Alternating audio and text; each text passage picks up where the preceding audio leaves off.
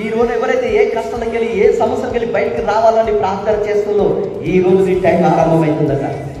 ఈ రోజు ఎవరైతే ఈ మాటలు వింటుందో, ఈ రోజు ఈ వాక్యం వింటున్నాం అంటే నీ టైం స్టార్ట్ అవుతుంది. ఈ రోజున నీ టైం మొదలవుతుంది. అందుకే దానియేలు గ్రంథం ఏమంటాడు? ఆయన కాలములు సమములు మార్చబడైంది.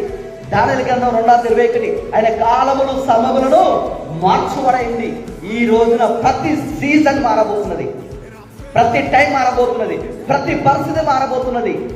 ఇన్ని రోజులు ఎవరైతే దేని కొరకు ఎదురు చూసి సొమ్మసిల్లిపోయి అలసిపోయి ఎవరైతే ఆగిపోయిలో ఈ రోజున టైం ఆరంభమవుతుంది.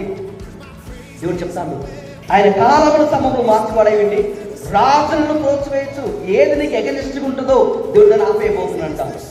అలాగే విడిపిస్తాడట, నేను స్వస్థపరచబోతున్నాడు, నీకు సాక్ష్యం ఇవ్వబోతున్నాడు.